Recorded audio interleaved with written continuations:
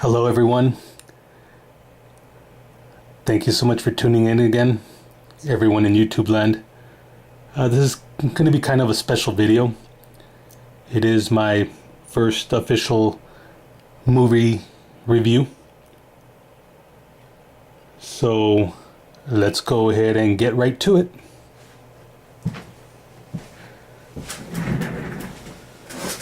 Alright, so first things first, if you follow my channel, then you will know that this is the first video that I've made where I actually feel comfortable enough to show myself. There's a lot that has to do with that's been going on in my life.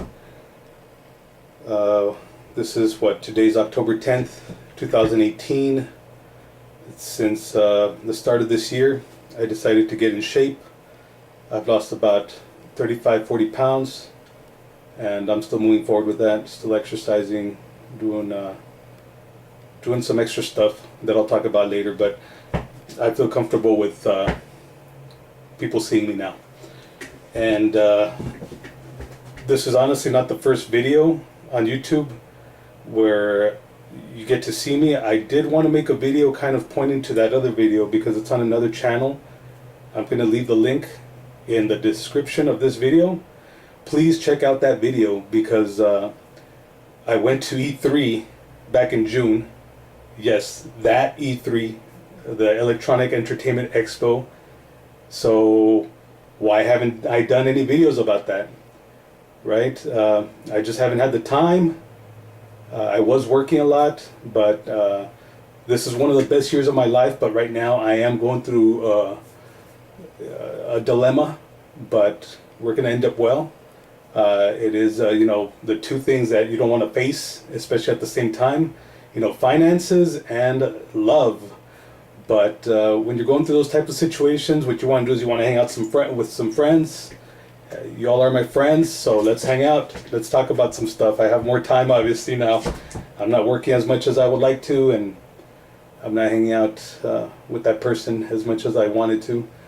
So, anyways, check out that video for game launch, and I'm gonna put up some more videos having to do with my experiences at E3. I know it might be a little bit too late, but I think my experiences makes it a little bit unique.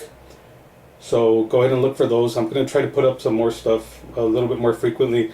I'm kind of blabbering on about other stuff other than this movie review.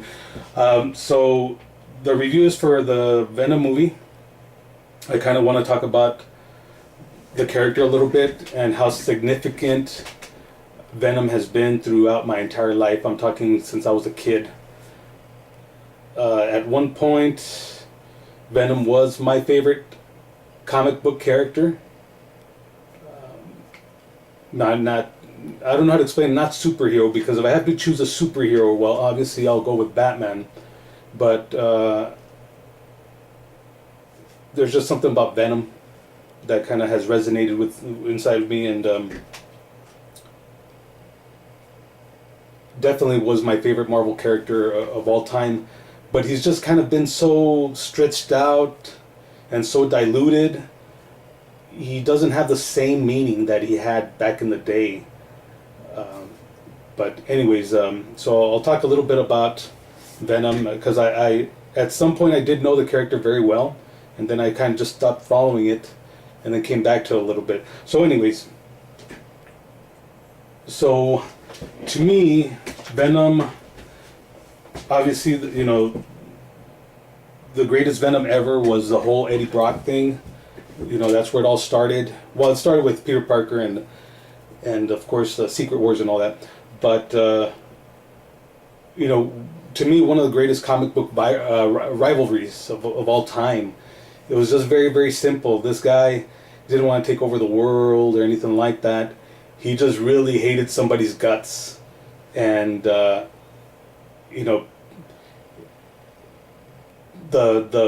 symbiote costume also hated Spider-Man and Peter Parker. So it just found Eddie Brock and got on him, and together they just really formed this great unity.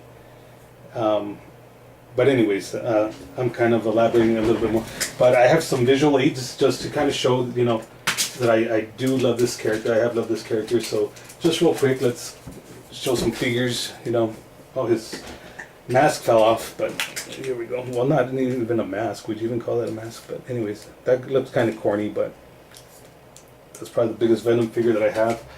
You know what? Now that I think about it, I have like a blow-up Venom somewhere. I like this one a lot. He looks a lot like Simon Bisley Venom, if you're familiar with Simon Bisley's artwork. Now, of course, this one's not Eddie Brock, but very cool Venom figure. Hard to find with its tail, Scorpion Venom. No longer Eddie Brock wearing the costume, it's Matt Gargan. Just real quick, show off a little Carnage figure. So I like Venom. I like Venom a lot.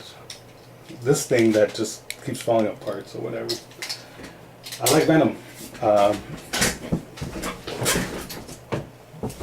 I like Venom a lot.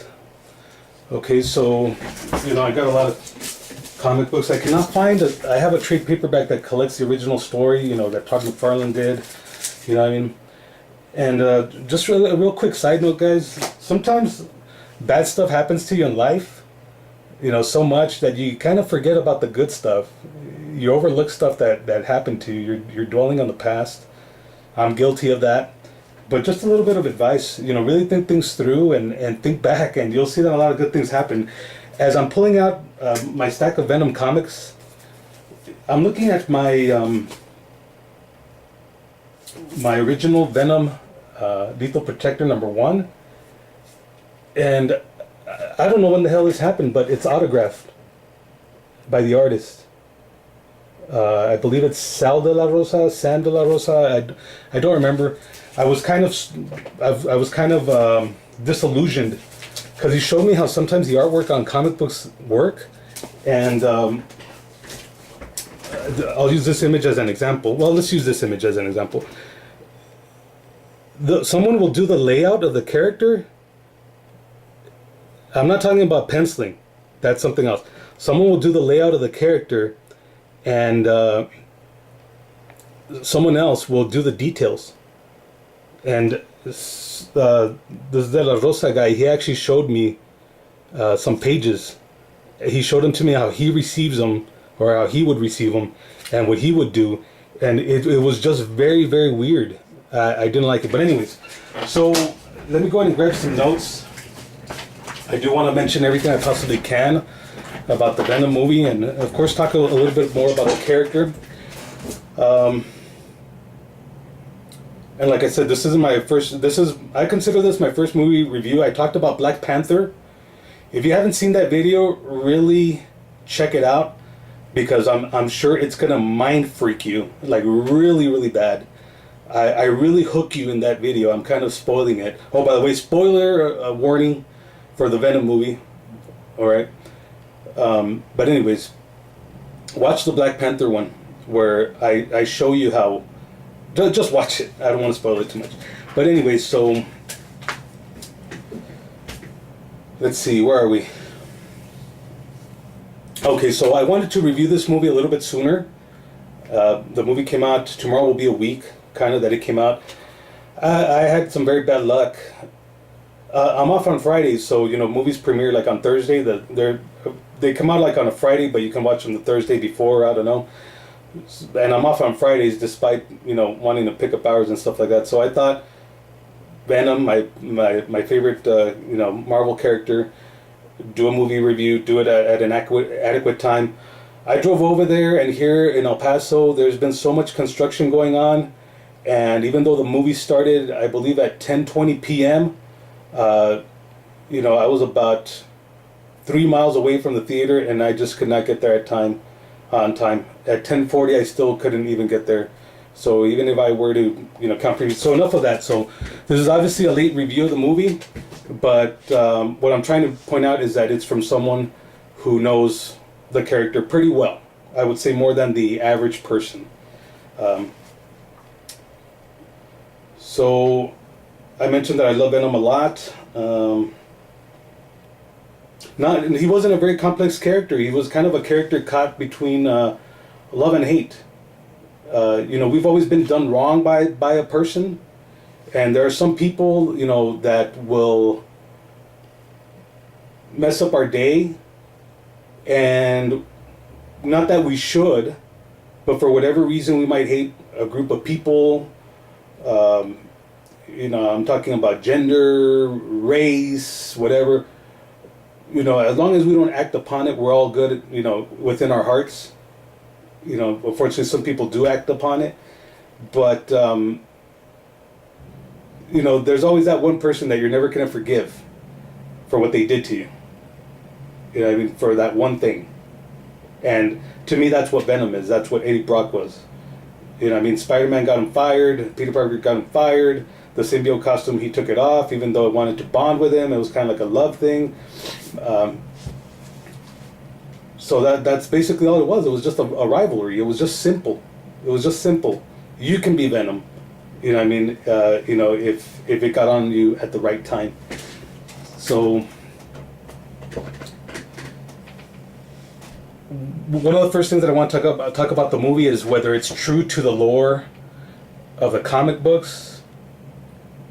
And it's not. It's definitely not true to the lore. And I was gonna really rip Sony Pictures a new one on this one, but then I found out that they can't make it as accurate as it can as it, you know, it should be, or we would all like it to be, because of the contract that they have with Spider-Man and Marvel Studios. I was not aware that the contract with Spider-Man was that profound that I mean, they basically can't even, you know, reference Spider-Man, not even that. So I don't know if that just came about, but I barely came across that like about a few days ago. So I'm glad I didn't do the review before knowing that, because I would have talked so much trash about Sony and stupid decisions that they made. Now I know that they kind of gave it their best. They did what they could with what they have, and with what they own the rights to. The result still wasn't great, but I'll elaborate on that. But basically, Sony owns the rights to Spider-Man and anything that revolves around Spider-Man. So villains and all that stuff. You know what I mean? You know, any other superheroes within the Spider-Man world. But they made some type of a contract with Marvel. That's why you can see Spider-Man running around with the Avengers and things like that, where Marvel would make 5 movies with Spider-Man in them, and Sony can't touch them. Sony cannot use Spider-Man at all. So it's very, very weird. They're trying to make the cinematic universe without its main star. It's not going to work. It's not going to work, and I can't believe they're pushing through with it. I can't believe that. If I was Sony, I would just put everything on hold, focus on something else, and do things right for once with Spider-Man, or with the Spider-Man universe. If you can't get it completely right, if you don't have the means to, or you can't, it's going to come out wrong. And it's coming out wrong. And even when they could use Spider-Man, when they were doing the Amazing Spider-Man, they couldn't get it right then. They couldn't even get that cinematic universe to launch. So how are you going to get that cinematic universe to launch without its main star? So no one's going to listen. Maybe just you all. Let me know what you think in the comments. So let's talk about my friend real quick. My friend Danny, who I went to go see the movie with. I went to go see the movie with my friend Danny and Mario. Great guys. My friend Danny, I don't know, we almost argued about the movie. He hated Infinity War. He hates it. Saying that it really was not true to the story. Okay. Now, maybe you've seen both movies. Maybe you've seen Infinity War and Venom, or not, or you're going to see them both, or whatever it might be. But when you finally get around to seeing both, and if you know your stuff from the comics, you'll be able to distinguish which one is more true to the comics. And my friend says that Venom is very true to the lore. He's like, because Venom did come from space, and I'm like, but that's not how he came from space. But yet, anyways, that's what he stayed stuck on. But anyways, the whole thing with him is that his favorite character of all time, if you're talking about comic books, actually I think overall, is the Incredible Hulk. And if you just look at Infinity War through a Hulk fan's perspective, you get to see why he didn't like it.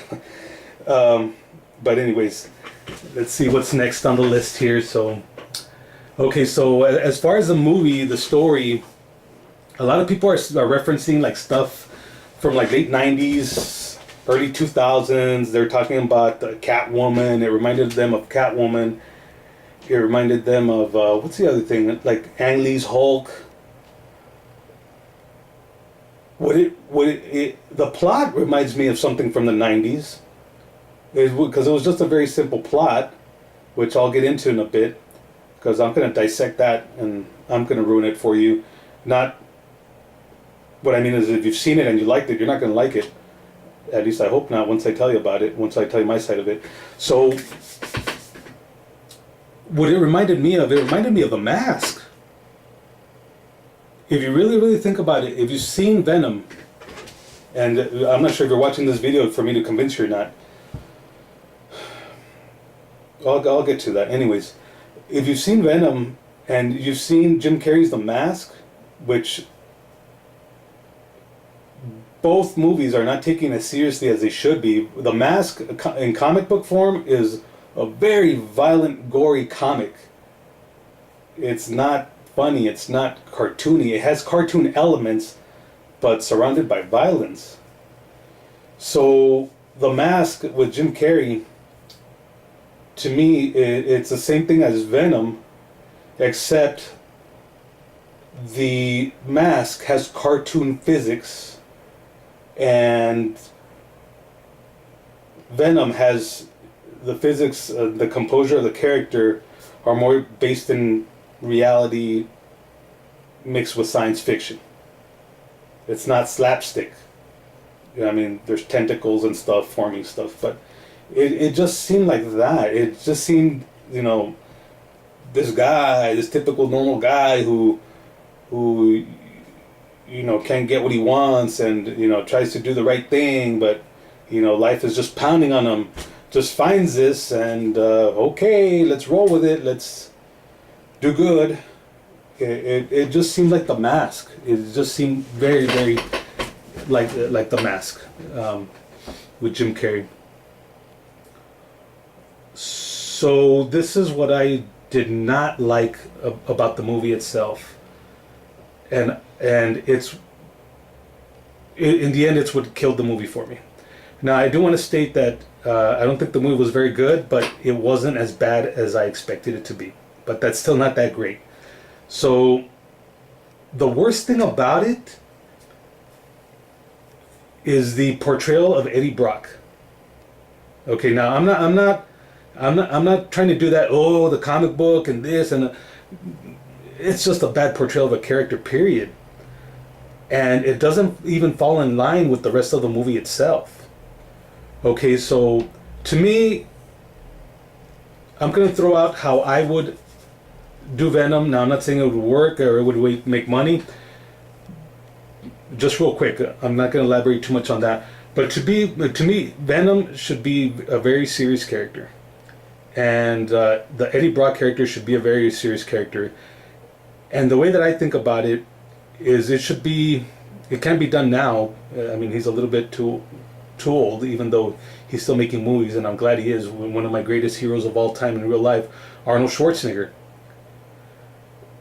Think about the movies that Arnold Schwarzenegger used to make back in the day. He kind of still does, but where he wouldn't talk, he had that Austrian accent, he still kind of does. But they would purposely put him in these roles where he wouldn't talk much, like Conan the Barbarian, Terminator. But his characters are still very profound and they still resonate through time. They're still likable, but yet kind of mysterious. And to me, that Arnold Schwarzenegger would be the perfect Eddie Brock. but it doesn't mean that Arnold Schwarzenegger would be needed for that type of Eddie Brock. So to me, Venom should obviously be the star of the movie if it's his movie, but he should be very mysterious, not even talk much. More like, I guess this is actually a very good example. The Punisher. And why I can't remember his name, I do not know. But the one before Warzone, why can't I remember his name? I love that actor. But anyways, that Punisher was great. They did kind of elaborate a little bit on the character, but then it got back to the seriousness. But he was very quiet, very gritty. He didn't talk, and to me, that's what Venom should be. He should be like some guy, living in a dinky apartment, and just not really talk to people. Not go into a convenience store and talk to somebody and have a conversation, and ask them about their day. But if he sees someone being picked on, someone being mugged, yeah, he's not going to let that slide. But he's not going to give like quirky comebacks. I was telling my friend that this Venom and the way he was portrayed, to me, it's Spider-Man. Whichever Spider-Man you want to get, whether it's whether it's Tobey Maguire, whether it's Andrew Garfield, or whether it's Tom Holland, it's Spider-Man in 10 years. It's Peter Parker in 10 years. It's Peter Parker 10 years older. That's what this Venom. I mean, he's even in the same, doing the same work. Working for the news. Spider-Man works for the newspaper. Eddie Brock in this movie is working. TV news, whatever. He's a news reporter. I didn't like that. I didn't like that portrayal of Eddie Brock. He shouldn't really talk that much, and he doesn't have to be funny. I don't know where people got this idea there, where if it's a main character, he's got to be funny. It works for some characters. Some characters do need it, like Thor needs it, and they're doing great with it. Eddie Brock does not need it. Introduce someone else that can be funny. But anyways, my main concern with the Eddie Brock character is that when the symbiote, when Venom starts taking over, the way they made the character, I don't know why they went that route. He's like drunk, and he's like a zombie, and it just made no sense to me. Tentacles pulling him, and then he's like being jolted up, and then he's like being like flaying around, like his body's all out of control, because obviously the symbiote is controlling him. Why is it controlling him so inaccurately? Like if it's a rag doll, like if Eddie Brock is a rag doll. But here's the thing, okay? It doesn't, as far as I recall, it doesn't happen to anybody else in the movie. Now, like I said, spoiler warning, the symbiote of Venom, it gets on multiple characters. Of course, there's another symbiote that gets on other people, or various ones, and they don't do that. It doesn't happen to them. They're like flailing around, like he just acted like drunk, hungover. It wasn't until the actual complete Venom took over that I guess he started zoning in, which makes sense, but it was just very, very dumb. It was just very, very dumb. He just looked like a hungover guy, and it walked around like all like flaily, a zombie, with black slime coming out of him, black tentacles coming out of him every now and then. I totally did not like that. They overused that. They overused that, and then they don't use it when it should make sense. So I didn't like that. I didn't like that. Like there's a tentacle coming out of his back, and then or it would pull him, like a bungee cord or something. Okay, so fine then. If you're gonna do that, then do it. I think it sucks. Okay, but then there's that whole scene where he's like on the motorcycle, and he's going all down San Francisco, going down all these hills, being chased by cars and blah blah blah, and then he kind of like separates from the motorcycle, and then the Venom symbiote kind of attaches him back to it. Okay, so if the symbiote is doing that, then what is the need for the motorcycle? At this point, why isn't he already like swinging around and climbing buildings, Spider-Man like? Now, I kind of say that because it's getting adjusted at that time, but if it can pull a motorcycle with four tentacles or whatever you want to call them, it could definitely do like a Dr. Octopus kind of thing. So that motorcycle scene just really destroys the physics of the movie that Sony implemented in the first place, and it's just eye candy. It's just a chase scene in an action movie. Great. Another thing that bothered me was the whole genetics of the symbiotes. Sony totally shot themselves in the foot with that, with the symbiotes life system. I guess that's the only thing I can think of. So to me, when we're talking about the symbiotes in the comic books, you know, whether you want to talk about Carnage, Venom, Toxin, whoever else it might be, whoever else is out there, Siren, I believe, they don't discriminate about who they get on. They'll get on anybody. In fact, that's kind of what has destroyed the character for me. Too many people have had Venom on them, and it's been on multiple people at the same time, and blah blah blah. I like the Carnage thing. I like the separation and anxiety and you know, Toxin and all that. You know, the symbiote gives birth, and that symbiote can get on someone else. That is awesome. But they did this thing in the movie that just totally does not make any sense. For Sony as a story plot point, and you know, just you know, sucking the blood out of this property. So in this movie, the symbiotes, they have to latch on to the right host, and that makes no sense to me. Why would anybody write that in a movie script? You could make so much more. Now, I don't care, because I to tell the truth, I don't care if this franchise continues. I didn't think it was that great. It was a little bit more impressive than what I thought. But the symbiote,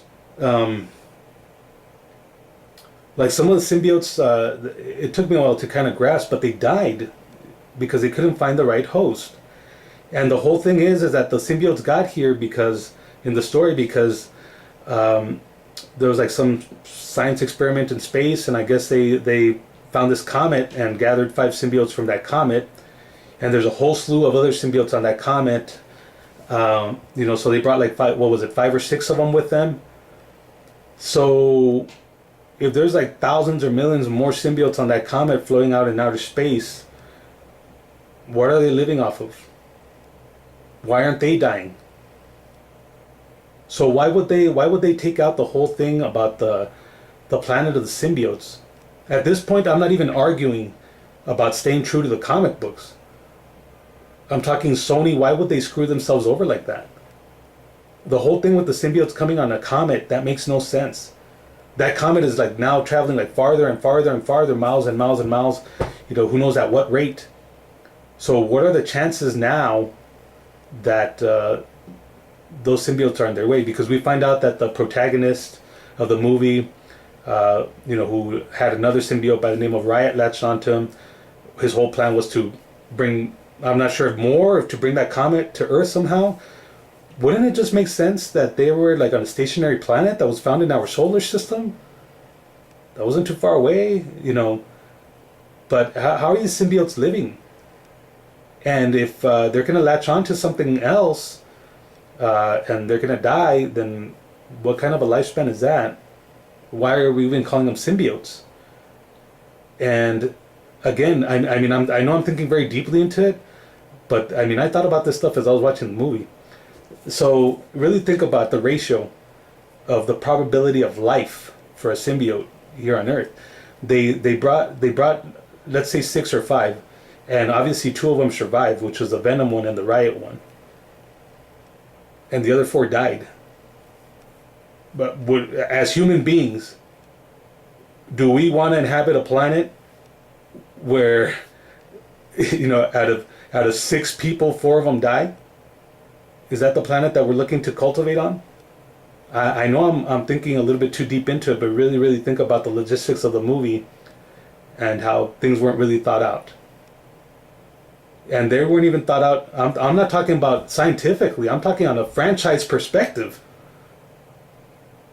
I don't like what Sony's doing, but what they're doing, it's not working out for them. Plot-wise, story-wise, that doesn't work. That doesn't make any sense. Just look at the whole thing, which I totally hate. The Venom verse. I'm not reading that. I'm not going to read that. Rocket Raccoon with Venom, Deadpool with Venom, Captain America with Venom, everybody with Venom. That's all these comic book companies are doing nowadays. They've taken the uniqueness of their characters and made them ununique, if that's even a word. You know what I mean? Batman, what about him? There's 8 other Batmans. You know what I mean? Venom, everybody's been Venom. Iron Man, what about him? You know what I mean? Anybody can wear the Iron Man suit now. Oh, well, this one's, genetically modified to him. Well, whatever. So many Spider-Mans.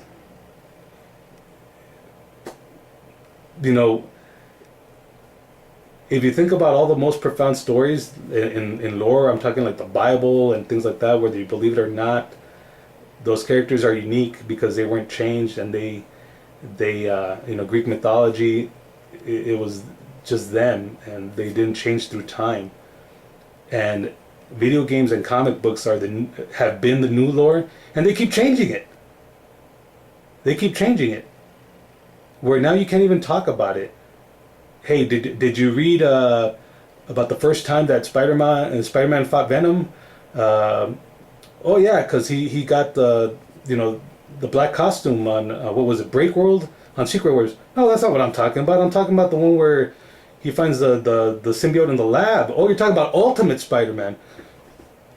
Why do that? Anyways, I got a little bit off topic there, but the whole thing with the symbiotes, it just doesn't make sense. That they have to have the perfect host, and then just to live and things like that. It just doesn't make sense. So another thing that I'm certain that no one else is going to point out is that the backstory, let's call it, it's the same story as another movie, spoiler warning, that is out in theaters right now. I'm pretty sure you can go catch it, but it didn't do very well, and you could probably get it at the dollar movies, or pretty soon, maybe in a week or two. But it's kind of weird because these 2 characters, if you can call them characters, Venom and this other one that I'm going to mention, these are like very dark, profound, don't want to mess with characters. And both of them, unthankfully, got movies this year in 2018. And their portrayals have been atrocious compared to what they have been over the last 30 or so years. Now really, really think about it. Which other badass, I'm talking from comic books, I'm talking from sci-fi lore, got a movie at the same time which was its worst portrayal ever? Really, really think about it. Alrighty, so I'm going to tell you now. Pause the video if you still want to think about it. Okay, so I'm talking about The Predator. Yeah, that horrible movie, which I just have not been able to review. I think in order to be able to review that movie, I have to have a punching bag right here.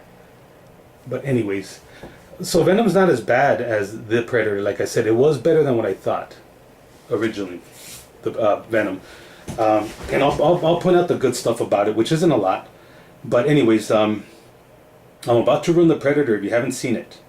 Okay, but the backstory is very very similar. Now, I'm gonna point out the Hamlet formula for my Black Panther video. Hamlet is a very common tale, and it gets repeated. Okay, so like Lion King is Hamlet being retold in a way, but that's fine. I'm not crapping on Lion King. It just mimics the same story, and the way that I'm going to explain the Predator and Venom to you, it mimics the same story. So I'm not saying it's the exact identical movie, but with Black Panther I did say that with another movie, but the plot is kind of the same. So let's go ahead and talk on that, focus on that. So the whole thing with Venom, and let's just call him the bad guy with Riot, is that he wants to go grab that comet, and then with all the symbiotes, have all these symbiotes invade Earth. Venom, even himself. By the way, before we continue, because I really don't want to forget this, what is it about the names? About why is the Venom symbiote named Venom, and why is Riot named Riot? And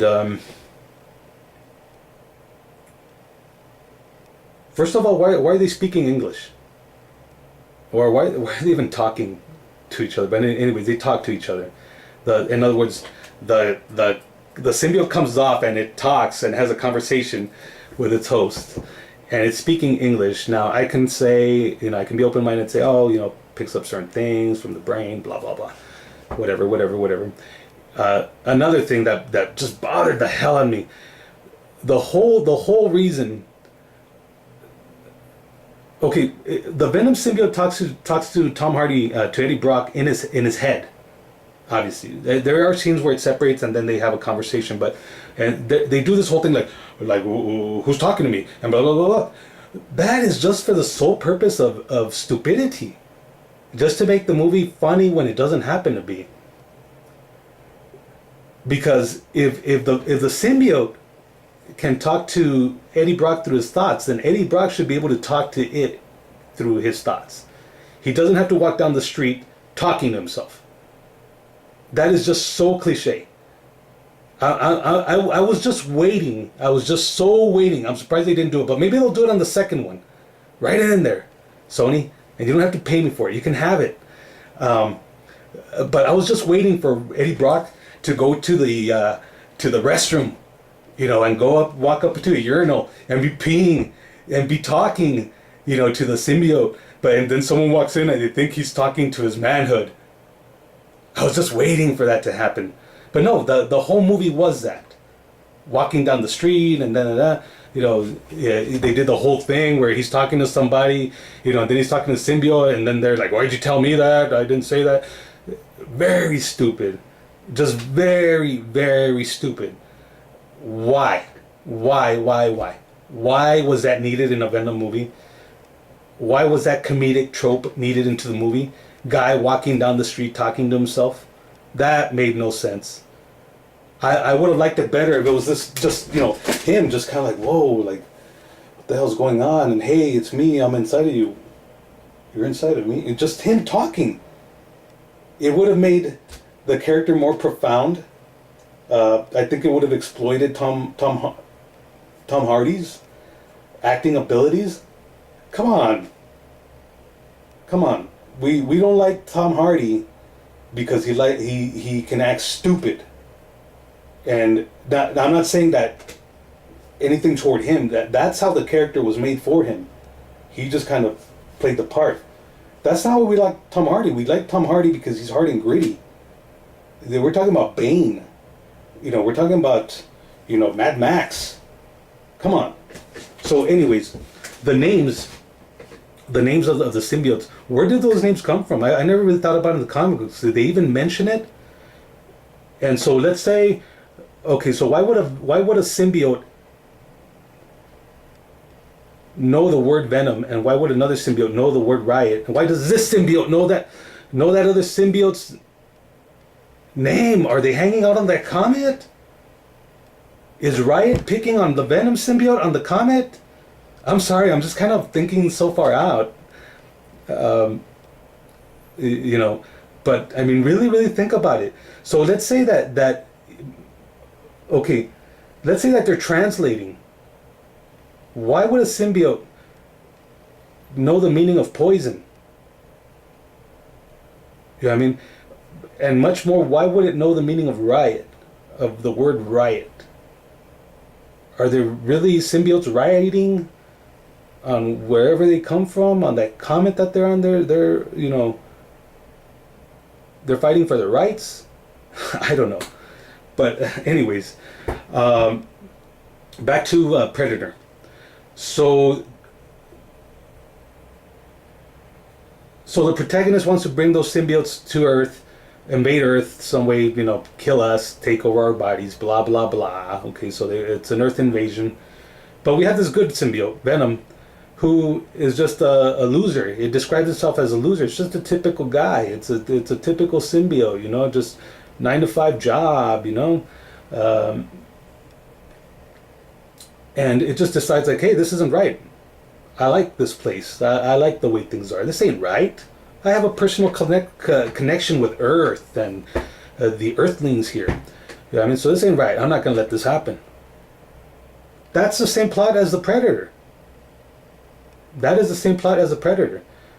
This alien being comes down, and you know, we think it's normally a bad guy, but then it kind of hangs out for a little bit, and you know, we find out that you know, it was looking out for us, but now there's another bigger alien that doesn't really want it to fulfill its mission, because that bigger alien is going to go ahead and allow for those other aliens to come and invade us. The predators are coming down to invade us.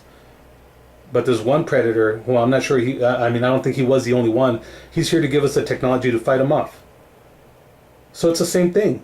It's a good alien helping humans from an invasion of his species in both movies. I don't think I could have put it better. I think that's probably the best thing I've said in this whole thing. So I'm not even sure if this is even considered a movie review. You know, I mean, I'm not doing thumbs up, 5 stars, anything like that. I'm just kind of basically telling you why I don't think the movie's really good. And if you liked it, if you saw it, why you shouldn't think it's good. Let's all go get our money back. And that way they can reboot the thing again. Because, you know, Spider-Man 3, it definitely wasn't that, and Topher Grace was not in it, which is kind of weird. Do you see that connection there?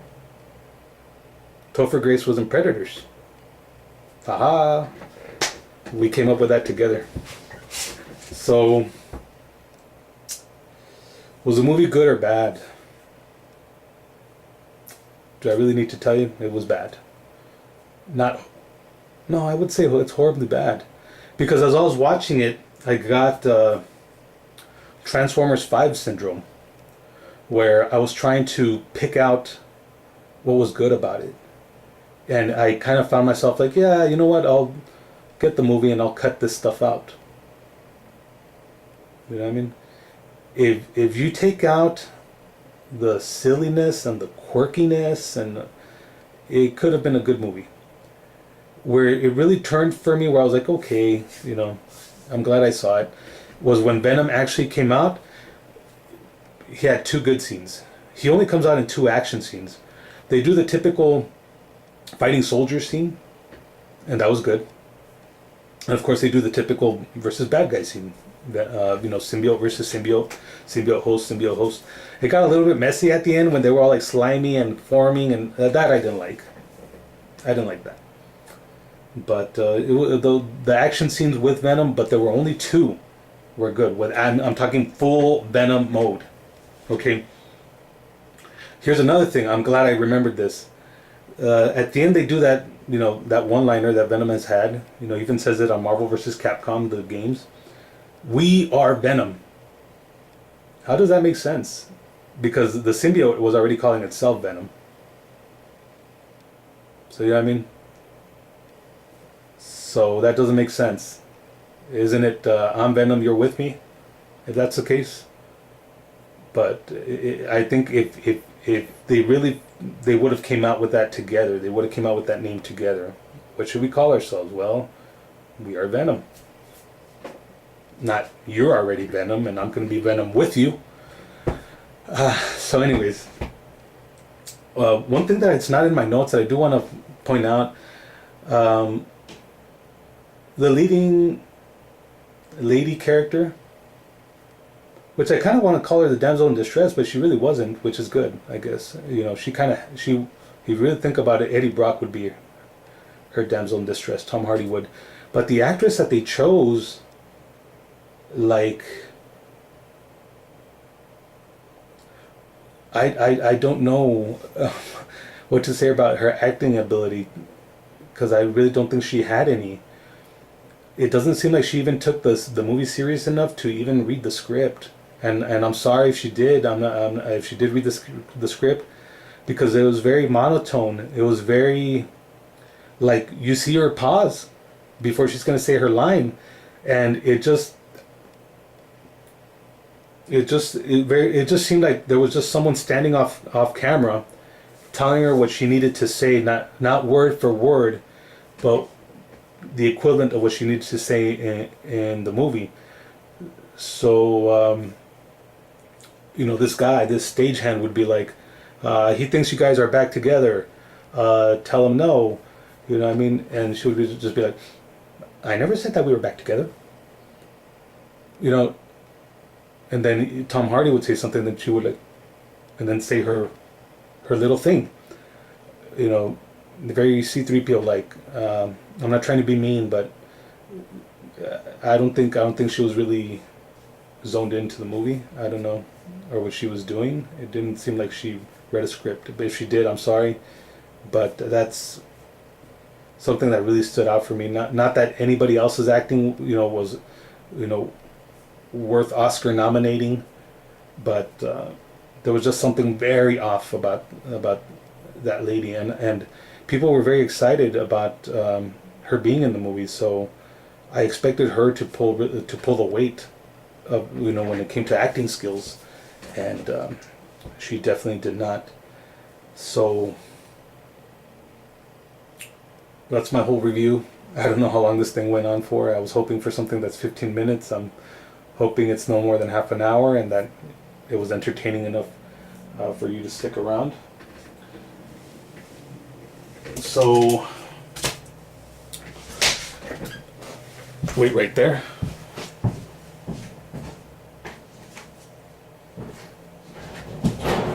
I just remembered these. So I have stuff everywhere.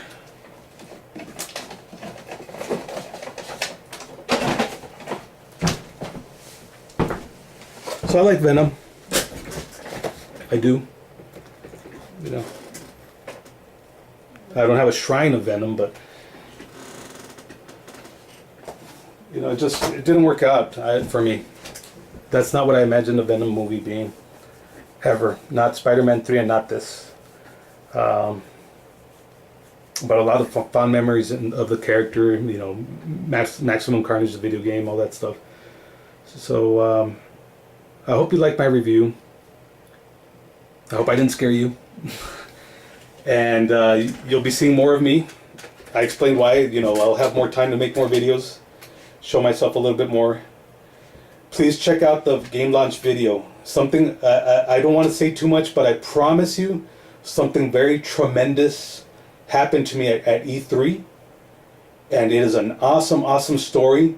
And I'm just so thankful to Game Launch that they were there to capture that moment, that aha moment, and that it is on YouTube and it is on there forever. That is my first appearance. That is my amazing fantasy. This is my number one issue. Actually, no, my first video would be my number one, but you know what I mean. So, if you like comic books, if you like movies, if you like video games, my whole thing is to just blow your mind. Always. Always. I just don't want to come out and say, I liked it, I didn't like it. I want to give you a reason why. I want to sway you. I kind of want you to help me. Comment, put something on there. So I hope you liked the video overall. Please hit like and subscribe. Keep coming back for more. One thing I do want to mention, last week I had 50 subscribers. I know, but that's with putting out a video like every so many months, and now I have 2 more. I still don't know who y'all are. I did get the notification, but I love any one of you that has seen any of my videos. I love all of my subscribers. Please tune in, support my channel. I really need it, not just for my channel, but because of things that are going on in my personal life. I need you, and hopefully you need me. So stick around. Thank you.